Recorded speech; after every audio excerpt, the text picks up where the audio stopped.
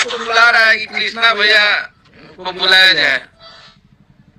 और आग लगा दे रस, बहुत तगड़ा गाना बा, बहुत जबरदस्त। बारूद बारूद है भैया, बहुत अच्छा लिखे हैं भाई लोग। आपको ढूंढ रहा था कब से। कृष्णा भैया ने बहुत अच्छा इस गाने को लिखा है। आर्या भाई का भी बहुत तारीफ कर रहे हैं सब लोग, धन्यवाद भी बहुत बढ़िया। गर्दा उड़ाने के लिए गर्दा उड़ी गई, मिलियन क्रॉस होने वाला बा। हां मिलियन क्रॉस हो गई। काले से वायरल कर दी। हां काले से वायरल बा, बहुत बढ़िया गाना बा।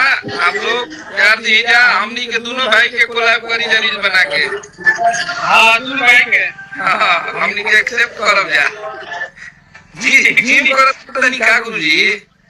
हां एडमेंट तनी अरे अनुजो का आशीर्वाद दे दी। आनंद अगला तारे बा। डांस मूवी का लिख रहा है भाई कि डांस मूवी वाला भी गाना सुपर डुपर हिट है। थैंक यू भाई सबको, ऐसे ही प्यार आशीर्वाद देते रहिए, हम लोग गाना उड़ाते रहेंगे। बिल्कुल चलिए भैया जिम करी भाई लोग से। ठीक है।